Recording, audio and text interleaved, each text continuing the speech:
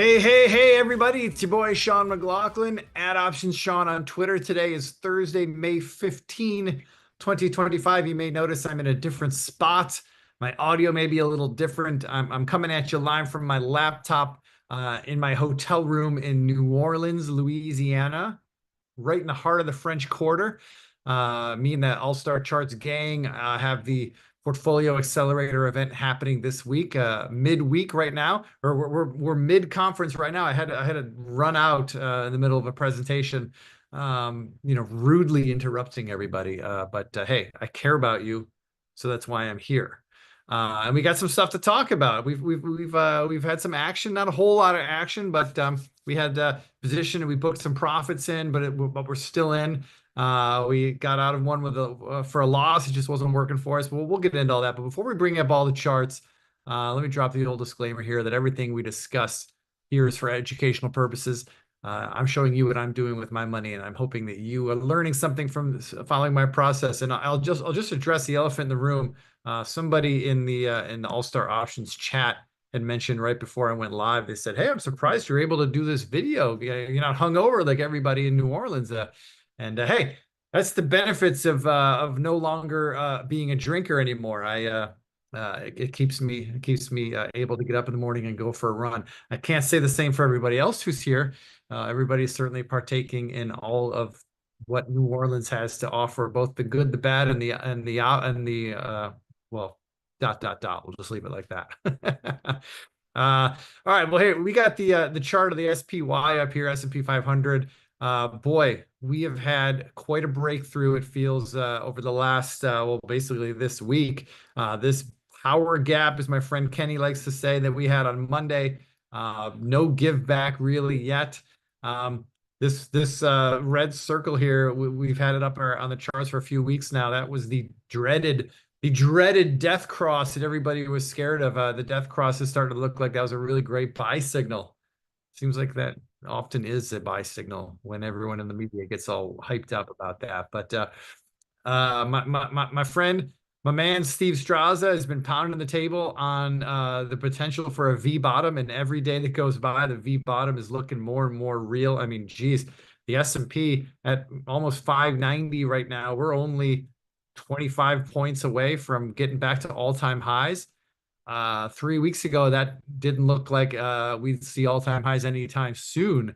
But boy, we're just a good couple of weeks away from blasting through. So what a recovery in the markets. We've seen it. We've seen a lot of positive action and bullish trades. Although strangely, we do have some short positions that are working, particularly in the housing, that are starting to work in the housing sector. But let's get into some action in the portfolio this week. We only had a couple positions that had anything happen. First one is Groupon. We'll start with the good news. We got into Groupon, some October 25 calls back here on April 25th. The market immediately laughed at us. It went down. The stock tanked about 10% or so the day after we got into the stock. We held on to it. We broke our rules a little bit. We broke our rules because it only barely got below my stop, but then we knew that we had an earnings event coming up. In fact, I talked about this. I did a little presentation yesterday here at the Portfolio Accelerator, talking about when and why I break my rules. And Groupon was one of these case studies. And basically, when we got to on this day, May 5th, we technically had the close below my stop. My stop was 18, and my stop was at 17. And we closed at 1678, so just below it. But at that point, somebody in the chat room, thankfully, reminded me, said, "Hey, we've got earnings coming up in just a day and a half." And I said, I've already absorbed most of the max loss in this trade. I paid $2.20 for it. When at the nadir here, I think the calls were maybe trading around $1, maybe a little less. So I'd already absorbed most of the loss. I couldn't really lose much more. And the stock held its 50-period moving average. So I said, you know what? I'm going to give it a day or two. I'm going to see what comes out of earnings. The worst case is I can only lose maybe $1 more from here. And I still have all the upside potential. And boy, am I glad that I did. We had an amazing follow through after earnings. The stock's up something like 60%. I can't count this high. but the stock has gone up significantly off of these lows here from May 6th. And we are doing the stock is doing what we wanted it to do. And this week we sold, or sorry, I think it was on Friday, we sold half of our position as we planned to, according to the details in the blog post when I laid out this trade. We wanted to sell half of our calls for a double of what we paid, and we got that. I was able to sell half of them for 450. So even locking in just a small bit of gains, but I still have half of the position, and I have until October now. It's a free ride. I can't lose in this campaign. In fact, I've already locked in a guaranteed win, a small win, not the win I'm looking for. But now I have the comfort to ride this position. And boy, I mean, this chart's looking great. If we zoom out here, if we zoom out to like a weekly chart real quick, I mean, this thing could go back up and test the former highs from a couple of years ago. That would be around 60, right? Yeah, 60, $63. I mean, we're at 25 right now, 26. We could go on to more than double from here. And boy, if that happens, those calls that I'm still holding, boy, they're gonna give us a really nice return. So that's the latest on Groupon. We're out of half. We sold half for 450, and riding the rest. Okay, next up is ADMA. This is ADMA Biologics. Actually just closed this one today. This one I gave it a little grace. Again, breaking my rules a little bit.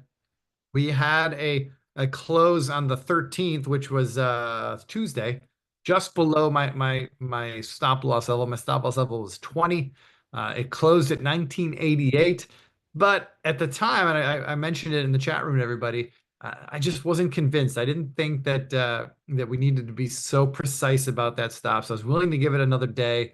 Yesterday, I was kind of like starting to kick myself, like, okay, maybe the price action is telling me that, Sean, you're wrong. And then this morning, still trading below levels. All right, that's it. I've given you too much rope. I'm closing the trade. So I closed it for $1.16 is what I got for it. Not a total loss. We paid $2.75 when we got in. It was a bull call spread. Got out for $1.16. I may regret it. I mean, it's still holding this 200 period moving average, 200-day moving average. But I would have preferred to see it stay above the 50. But we are out now of ADMA. We may come back and revisit this one if this thing bounces back and gets back above 22. We may revisit, but for now, we are out. All right, so that's it for the positions we've closed. We have a couple stops to update. We'll go back to Groupon here. I should have mentioned this earlier. I'm raising my stop in Groupon now to 1850. That basically is just below this big stick this post-earnings day. You don't want to see the stock get back below 1850. Yeah, we're sitting in some guaranteed profits here, and we can't lose. But I don't want to, I'd like to book some kind of profit in this thing. So if we get back below 1850, that's a loud and clear signal to me that the trend is over, or at least in the medium term. So I'll want to get out. But I'm going to give this thing a little bit of room. It's earned it. It's earned the benefit of the doubt. And I mean, a stop at 1850 right now is pretty significantly far away. The stock's trading at $26. So, but for now, 1850, we'll look for opportunities to raise the stop later on. But we'll leave it at 1850. The other stop we're raising is Broadcom, ticker AVGO. We're in a June-September 250 strike calls calendar spread. So that means we're short the June 250 calls and long the September 250 calls. Boy, this thing's starting to move, moving pretty good, moving quicker than I would have expected. That's okay. But if we do get to 250, which is the strike price for the two options, if we get to 250 before June expiration, then I'm just going to close the position and book the profit, whatever that profit is. It'll depend on how close we are to June expiration. The closer we are to June expiration, the more profit we'll have, all else being equal. So if we get to 250 before June expiration, I will close the spread and book the profit. But I'm kind of hoping that it's just going to kind of consolidate. We've got some overhead supply in this area here, this 230 to 250 area. I'm kind of hoping it'll chop around for a little bit, holding this area, and then the June calls expire worthless, and I'm left just with the September 250s for the big move. That's my perfect scenario. That's my perfect imaginary scenario. If that plays out, great. But the way this thing's moving, it looks like it might get to 250 pretty quick, which is fine. we'll make money. That'll be just fine. That's a nice thing about call calendar spreads, a directional call calendar spread is you have a couple of ways to win. So those are the only stops we're updating today. Next up, we'll review some new trades. And for those of you first timers who are here, if you want the details for these for these trades, you can find all of the details at allstarcharts.com. Head to the members section, head to the options section. I lay out why I like the setup, what strategy we're employing, where we may have stop loss levels, where we may or may not take profits, all of those things, every detail you need to make the trade your own and handle it going forward from day one. All that info is in there. So please get there, allstarcharts.com. Well, anyway, I'll tell you without sharing all the details on these trades, this is a bearish trade we put on KBH Home, or yeah, KB Home, excuse me, ticker KBH. This is a stock that, I mean, off of the April 7th lows, yeah, it bounced like everything else in the market, but that was a very tepid bounce at best. And KB is not alone. A lot of the housing stocks look like this. They've bounced, but they look more like dead cat bounces to me. And me and the team here at All Star Charts, we feel that if we are to have any kind of rollover in the stock market, it's likely to be led by this sector, by the housing sector, because these stocks look sick. I mean, KB couldn't retake its 50 period, its declining 50-day moving average, couldn't even reclaim that. So, and today's action is kind of confirming that stock is still weak. So we are short KBH. Again, all the details on the blog. Next up, Peloton. Peloton, we're long. This is kind of a bet on this thing ripping back. It's got a lot of runway to run back to former highs. I'm not saying it's going to get back to the former highs, and you can't even really see it on this chart. But this stock has a lot of room to run if it really gets going, and it's got a high short interest. And the hot money crowd kind of got worn out of this thing, which may have cleared the decks for a revival in the Peloton business. My friend Jeff Mackey, our retail analyst, likes the economics for this stock. I'm not a fundamentals guy, but he's pretty excited about the new economics of all the restructuring that's happened in this company. So he's spinning along. He's spinning a good story, and hey, I like it. And so we're long Peloton. Again, details on the blog. Next up, Uber. We got into Uber. I got into Uber actually while I was flying on Monday. I was flying to New Orleans, and luckily I had some good Wi-Fi on the plane, and I was able to pull the trigger and write about this Uber trade. And boy, I'm glad I didn't wait. I considered waiting until the next day because I was traveling, but nope, I got in here in the middle of this green candle, and many of you did too. We're off to a good start. We'll see, but we're bullish in Uber. And finally, this was an idea that came out of the portfolio accelerator yesterday. My guy Riley Roseby gave a great presentation about all these newfangled high-tech, we call them Jetsons stocks. And QBTS is one of them. It's a quantum computing name. He gave a pretty compelling case. We got positioned long, not only long, but long term in this trade. So we got a lot of time for this thing to play out. Love this. I mean, this stock went from $1 basically up to 10. I mean, it's a 10 bagger in what, 2 months? And now we're having a very nice consolidation over the last 3-4 months. I think this consolidation resolves higher, and this thing could become a high flyer for us. But we are long QBTS D-Wave Quantum. All right, that's all I got for you here, guys. These are just a reminder of the updated stops, the Broadcom and the Groupon. Take a screenshot if you need to.